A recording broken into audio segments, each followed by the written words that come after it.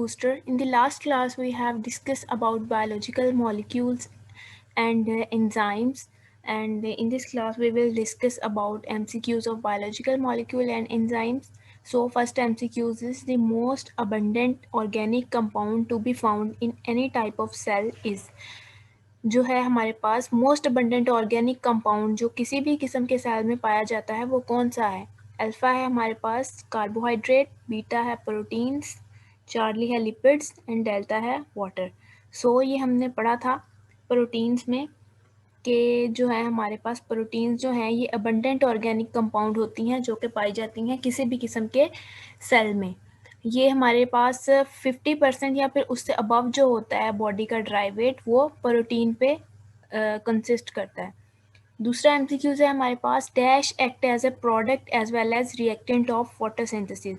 वो कौन सा है इसमें मॉलिक्यूल उसने पूछा है कौन सा मॉलिक्यूल है जो कि फोटोसिंथेसिस में एज अ रिएक्टेंट भी एक्ट करता है और एज अ प्रोडक्ट भी।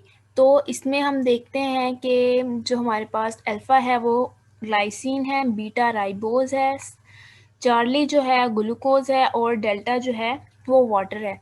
तो इसमें हमारे पास करेक्ट आंसर जो है वो डेल्टा आएगा, वाटर, क्योंकि वाटर जो है अगर हम फोटोसिंथेसिस का रिएक्शन देखें तो वो होता है 6CO2 + 12H2O, 6CO2 + 12H2O, और ये रिएक्शन होता है लाइट की प्रेजेंस में, क्लोरोफिल मौजूद होना चाहिए। तो हमारे पास बनता है ग्लूकोज C6H12O6 और साथ में हमारे पास वाटर मॉलिक्यूल जो है वो हमें प्रोडक्ट में भी मिल जाता है। तो जो है हमारे पास वाटर जो है वो एज अ रिएक्टेंट भी एक्ट करता है और एज अ प्रोडक्ट भी। थर्ड एमसीक्यूज है हमारे पास the compound which on hydrolysis yield polyhydroxy aldehyde और ketone sub units are. Alpha है लिपिड्स, बीटा है न्यूक्लिक एसिड्स, चार्ली है प्रोटीन्स एंड डेल्टा है कार्बोहाइड्रेट। तो हमने देखा था कि जो हमारे पास कार्बोहाइड्रेट्स हैं these are polyhydroxyaldehyde and ketone derivatives। so इसमें हमारे पास करेक्ट आंसर जो है वो डेल्टा है। the type of chemical reaction which correctly justify the synthesis of cellulose is। ये जो है हमारे पास अल्फा जो है हाइड्रोलाइसिस है, बीटा जो है कंडेंसेशन, चार्ली जो है डीकार्बोक्सिलेशन और डेल्टा जो है वो रिडक्शन। उसने सेलुलोज की बात की है। सेलुलोज में हमने देखा था कि जो है हमारे पास यहाँ पर जो रिएक्शन होगा वो कंडेंसेशन होगा। तो इसका सही आंसर जो है वो बीटा है। Which of the following is not a macromolecule. इनमें से कौन सा जो है वो मैक्रोमॉलिक्यूल नहीं है? जो है अल्फा है हमारे पास वो है न्यूक्लिक एसिड, बीटा है ग्लूकोज, पॉलीसेकेराइड एंड डेल्टा है प्रोटीन्स। हमने देखा था कि प्रोटीन्स जो हैं ये कॉम्प्लेक्सेस होते हैं, बहुत बड़े बड़े मॉलिक्यूल्स होते हैं। पॉलीसेकेराइड्स भी इसी तरह थे कि कॉम्प्लेक्सेस होते हैं, मोनोमर्स से मिलकर बनते हैं। तो ये भी नहीं होगा। और न्यूक्लिक एसिड्स भी जो हैं हमारे पास ये भी अमाइनो एसिड के कॉम्प्लेक्स स्ट्रक्चर को अमाइनो एसिड से मिलकर बनते हैं। तो हमारे पास बीटा ऑप्शन पीछे रह जाता है, ग्लूकोज विच इज़ जो है हमारे पास माइक्रोमॉलिक्यूल विच इज़, उसने पूछा नॉट मैक्रोमॉलिक्यूल यानी मैक्रोमॉलिक्यूल कौन सा नहीं है, तो इसमें करेक्ट आंसर है beta which is glucose. Most common ring structure formed by glucose molecule is. जो हमारे पास ग्लूकोज जो है वो जो रिंग स्ट्रक्चर बनाता है मोस्ट कॉमन, वो पूछ रहा है कि मोस्ट कॉमन रिंग स्ट्रक्चर जो है ग्लूकोज बनाता है उसके वो कितने कॉर्नर्ड होता है। तो हमारे पास जो है अल्फ़ा है 4 कॉर्नर्ड, बीटा है 5 कॉर्नर्ड, चार्ली है 6 कॉर्नर्ड एंड डेल्टा है 7 कॉर्नर्ड। तो हमारे पास ये ग्लूकोज है तो ये 6 कॉर्नर्ड रिंग बनाएगा, 6 कॉर्नर्ड रिंग स्ट्रक्चर, ठीक है। देन है हमारे पास 7th MCQs monosaccharides are major component of. Monosaccharides जो हैं वो मेजर कंपोनेंट हैं किसका? तो अल्फ़ा है हमारे पास DNA, ATP, ribulose and cytosine, cysteine. Beta है DNA, NADP, ATP, ribulose, biphosphate, so इसका आंसर हमारे पास बीटा है, क्योंकि मोनोसेकेराइड्स जो हैं वो मेजर कंपोनेंट होते हैं डीएनए का, एनएडीपी का, ओएटीपी का एंड राइबोलोज बायोफॉस्फेट का। एट्थ एमसीक्यूज है the type of polysaccharide which can be stored in plant and animal are dash and dash. अब वो पूछ रहा है कि पॉलीसेकेराइड की वो टाइप जो कि प्लांट में और एनिमल में स्टोर होती है, कौन कौन सी होती है। प्लांट्स में जो है हमारे पास वो स्टार्च होती है और एनिमल्स में जो है वो ग्लाइकोजन होती है। तो हम देखते हैं कि कौन सा है। अल्फ़ा है हमारे पास स्टार्च एंड सेलुलोज, बीटा है ग्लाइकोजन एंड सेलुलोज, और चार्ली है स्टार्च एंड ग्लाइकोजन। सो हमारा सही आंसर जो है वो चार्ली है। नाइन्थ एमसीक्यूज है dash is the most abundant carbohydrate in nature. Most abundant carbohydrate nature में जो पाया जाता है वो हमने देखा था कि कौन सा था, सेलुलोज था। सो अल्फ़ा है हमारे पास सेलुलोज से ही इसका करेक्ट आंसर है। देन है हमारे पास tenth MCQs, it is an example of keto triose produced by splitting of fructose 1,6 biphosphate during glycolysis. हम ग्लाइकोलाइसिस का जब हम देखते हैं तो उसमें जो है हमारे पास फ्रुक्टोज 1,6 बाईफॉस्फेट जो है उसकी जब स्प्लिटिंग होती है तो एक कीटो ट्रायोज बनता है। वो पूछ रहा है कि वो कीटो ट्रायोज कौन सा होता है। तो हमारे पास जो है वो अल्फ़ा जो है ग्लिसरल्डिहाइड, बीटा जो है राइबोज, चार्ली है डाईहाइड्रोक्सी एसीटोन। सो हमने देखा था, देखेंगे बल्कि बायोएनर्जेटिक्स के चैप्टर में कि जब फ्रुक्टोज 1,6 बाईफॉस्फेट जो है वो स्प्लिट हो जाता है तो हमारे पास जो है डाईहाइड्रोक्सी एसीटोन बनता है। तो इसका आंसर जो है वो चार्ली है। देन है 11th MCQs, identify the type of carbohydrate which has high molecular weight and sparingly soluble in water.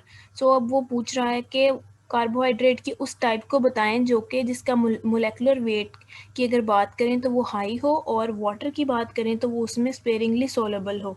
तो हमारे पास जो है हमने देखा था कि जो हमारे पास कार्बोहाइड्रेट्स हैं उसमें जो है पॉलीसेकेराइड्स भी होते हैं। जो पॉलीसेकेराइड्स होते हैं वो स्पेरिंगली सॉल्युबल होते हैं वाटर में और उनका मोलेकुलर वेट जो है वो ज़्यादा होता है।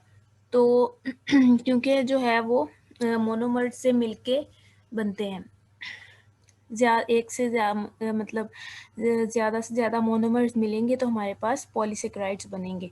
तो इसमें है अल्फ़ा है मोनोसेकेराइड, बीटा है ओलिगोसेकेराइड, चार्ली है डाइसेकेराइड एंड डेल्टा है पॉलीसेकेराइड। तो इसका आंसर है हमारे पास पॉलीसेकेराइड। देन है 12th MCQ, 1,4 ग्लाइकोसिडिक लिंकेज जो है हमारे पास is found in all of the following carbohydrate except. अब वो पूछ रहा है कि 1,4 ग्लाइकोसिडिक लिंकेज पाया जाता है सब कार्बोहाइड्रेट में एक्सेप्ट किस कार्बोहाइड्रेट में 1,4 ग्लाइकोसिडिक लिंकेज नहीं पाया जाता, वो ये पूछ रहा है। सो तो हमारे पास है सुक्रोज है, लैक्टोज है, माल्टोज एंड अमाइलोज। सो हमारे पास जो है 1,4 ग्लाइकोसिडिक लिंकेज जो है वो सुक्रोज में नहीं पाया जाता। सुक्रोज में जो है 1,6 लिंकेज पाया जाता है। All of the following are common in all amino acid except. इसमें जो है वो पूछ रहा है कि सारे के सारे जो हैं अमाइनो एसिड में सेम होते हैं किसके अलावा। तो हमने देखा था कि अमाइनो ग्रुप भी जो है वो उसकी सिमिलरिटी है कि हर जो है हमारे पास वो जो अमाइनो एसिड होगा उसमें अमाइनो ग्रुप जो है वो NH2 ही रहेगा, ये भी सिमिलर रहेगा। तो नेक्स्ट जो है हमारे पास अल्फ़ा कार्बन, ये भी सिमिलर ही रहेगी जिस पर NH2 और COOH ग्रुप अटैच हों। और बीटा है कार्बोक्सिल ग्रुप, तो कार्बोक्सिल ग्रुप भी हमारे पास सेम रहेगा। तो डिफरेंस आएगा कहाँ, डिफरेंस आएगा जहाँ पर हमारे पास R ग्रुप होगा, क्योंकि अगर H होगा R ग्रुप की जगह तो वो ग्लाइसिन होगा और अगर CH3 होगा तो हमारे पास वो एलानीन होगा। ठीक है, इस तरह जब R ग्रुप चेंज होगा तो हमारे पास अमाइनो एसिड में डिफरेंस आएगा। तो इसका सही आंसर जो है वो डेल्टा है। The number of amino acid that have been found to occur in cells and tissues are. पूछ रहा है कि नंबर ऑफ अमाइनो एसिड जो है जो कि सेल्स और टिश्यूज में पाए जाते हैं वो कितने होते हैं। नंबर ऑफ अमाइनो एसिड की क्रैमिंग है, बुक में ये क्लियर कट लिखा हुआ था कि जो हमारे पास है 170 टाइप ऑफ अमाइनो एसिड्स जो हैं ये पाए जाते हैं। टोटल जो होते हैं 170 टाइप के अमाइनो एसिड जो होते हैं पाए जाते हैं। इसका आंसर जो है वो 170। अगर वो पूछता कि हमारी बॉडी में जो है, हमारी बॉडी की जो प्रोटीन्स हैं उसमें कितने किस्म के कितने अमाइनो एसिड हैं, तो इसमें हमारे पास आएगा 20 अमाइनो एसिड। ठीक है। The protein molecule is related to all of the following except. Protein molecule जो है वो इन सब से रिलेट करता है, लेकिन किससे रिलेट नहीं करता? तो हमारे पास जो है पेप्टाइड बॉन्ड फॉर्मेशन, ये भी प्रोटीन की प्रॉपर्टी है। पॉलीपेप्टाइड, ये भी प्रोटीन की प्रॉपर्टी है। ठीक है, पॉलीपेप्टाइड भी प्रोटीन की प्रॉपर्टी है। और जो है हमारे पास हीट्रोपॉलीमर, हीट्रोपॉलीमर का मतलब है कि डिफरेंट जो है हमारे पास अमाइनो एसिड अटैच होंगे, तो ये भी प्रोटीन की प्रॉपर्टी है। और होमोपॉलीमर जो है ये इसकी प्रॉपर्टी नहीं है। सो इसका करेक्ट आंसर है alpha. Which of the following hold alpha helix of the protein in its place. अब वो बात कर रहा है कि अल्फा हेलिक्स जो है वो प्रोटीन का जो कि सेकेंडरी स्ट्रक्चर में था, उसको होल्ड करने के लिए कौन सा बॉन्ड होता है? तो हमारे पास हमने देखा था कि जो अल्फा हेलिक्स है उसको कौन सा बॉन्ड होल्ड करता है? उसको हाइड्रोजन बॉन्ड होल्ड करता है। तो इसका करेक्ट आंसर जो है वो अल्फा होगा। देन है हमारे पास दी 17th MCQs है, the most abundant protein to be found in animals. Animal में मोस्ट अबंडेंट प्रोटीन कौन सी है जो कि पाई जाती है? तो इसमें है हमारे पास मायोग्लोबिन है, हीमोग्लोबिन, कोलेजन एंड एल्ब्यूमिन। तो इसका जो है हमारे पास करेक्ट आंसर वो है मोस्ट अबंडेंट प्रोटीन। वो पूछ रहा है मोस्ट अबंडेंट प्रोटीन कौन सी होती है? तो ये हमारे पास होगी collagen. Which of these is not significant to maintain quaternary structure of the proteins? पूछ रहा है कि क्वाटरनरी स्ट्रक्चर ऑफ प्रोटीन को मेंटेन करने के लिए इनमें से कौन सा बॉन्ड जो है वो सिग्निफिकेंट नहीं है। हमने देखा था कि जो क्वाटरनरी स्ट्रक्चर था उसमें हमारे पास आयोनिक बॉन्ड भी था, हाइड्रोजन बॉन्ड भी था, हाइड्रोफोबिक इंटरेक्शंस भी थे। तो इसका करेक्ट आंसर जो है वो पेप्टाइड बॉन्ड आएगा यहाँ पर। ठीक है। देन है हमारे पास in an insulin molecule the polypeptide chain are held together by. अगर इंसुलिन मॉलिक्यूल की बात करें जिसमें हमने देखा था कि इसकी जो है 2 चेन्स होती हैं और टोटल जो है 51 अमाइनो एसिड्स होते हैं। तो इनको इन अमाइनो एसिड को की पे जो चेन्स हैं 2 चेन्स होती हैं उनको हेल्ड करने के लिए कौन से बॉन्ड्स होते हैं? तो हमारे पास अल्फा है पेप्टाइड बॉन्ड, बीटा है डाइसल्फाइड ब्रिजेस, चार्ली है हाइड्रोजन बॉन्ड एंड डेल्टा है आयनिक इंटरेक्शन। हमने देखा था कि जो है हमारे पास इंसुलिन में हमारे पास कौन से थे? डाइसल्फाइड ब्रिजेस थे, डाइसल्फाइड ब्रिजेस थे। और देन है हमारे पास if a protein molecule having 2 polypeptide chain and 990 amino acid then how many water molecule related were released during its synthesis. तो हमने देखा था कि अगर हमारे पास 2 अमाइनो एसिड हो तो एक वाटर मॉलिक्यूल जो है वो रिलीज होगा। तो इसका मतलब है कि जो है हमारे पास अगर 990 अमाइनो एसिड हों तो इसमें से हमारे पास कितने अमाइनो एसिड्स जो हैं, कितने वाटर मॉलिक्यूल कितने रिलीज होंगे? तो इसका आंसर हमारे पास है 988। ये किस तरह है ये मैं आपको बताती हूँ। ये देखिए हमारे पास 990 अमाइनो एसिड्स थे,